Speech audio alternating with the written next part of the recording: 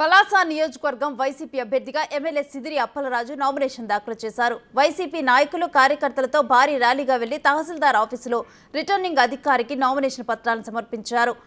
మండు టెండర్లో కూడా లెక్క చేయకుండా తన నామినేషన్ కార్యక్రమానికి వచ్చిన కార్యకర్తలకు ఆయన కృతజ్ఞతలు తెలిపారు. రాబోయే ఎన్నికల్లో తనను భారీ మెజార్టీతో గెలిపించాలని కోరారు.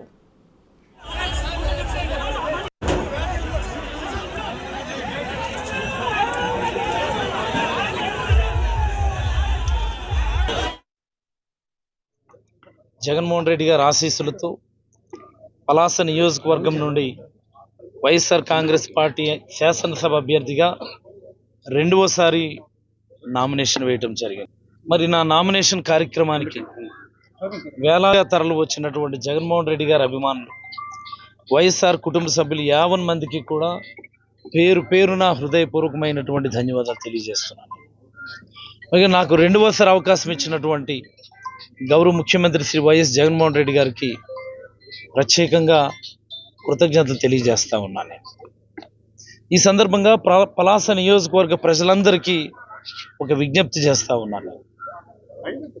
మీరు ఇచ్చినటువంటి అవకాశం, మీరు వేసినటువంటి ఒక్క ఓటు అనేకమైనటువంటి అభివృద్ధి కార్యక్రమాలకి శ్రీకారం చుట్టిందని ఈ సందర్భంగా మీకు అందరికీ తెలియజేస్తున్నాను.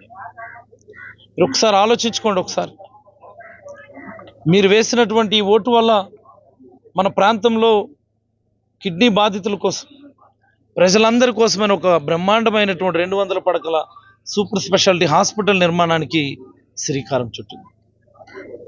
మీరు వేసినటువంటి ఒక్క ఓటు తిత్లీ బాధితులందరికీ కూడా పెంచి పరిహారం ఇచ్చేట్టుగా చేసుకోగలిగింది.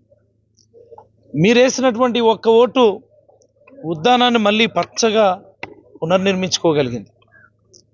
మీరు వేసినటువంటి ఒక్క ఓటు వర్తక వ్యాపారుల్లో విశ్వాసాన్ని పెంచింది, నమ్మకాన్ని పెంచింది, ప్రజాప్రతినిధుల మీద గౌరవాన్ని పెంచింది, తద్వారా స్వేచ్ఛాయుత వాణిజ్యానికి ఆస్కారం ఇచ్చింది. దానివల్లనే ఈరోజు పెద్ద పెద్ద మాల్స్, పెద్ద పెద్ద షాపింగ్ కాంప్లెక్సెస్ ఈరోజు పలాస రావటం జరిగింది. మీరు వేసినటువంటి ఒక్క ఓటు అనేక గిరిజన గ్రామాలకి రోడ్లు, మంచినీళ్ళు, ఇల్లు లేని ప్రతి గిరిజనుడు కూడా ఇల్లు కట్టించడానికి అవకాశం ఇచ్చింది. మీరు వేసినటువంటి ఒక్క ఓటు ఆఫ్షోర్ ప్రాజెక్టుని శరవేగంగా పనులు జరిగేట్టుగా చేసిందని మీకు అందరికీ మనవి చేస్తా ఉన్నాను.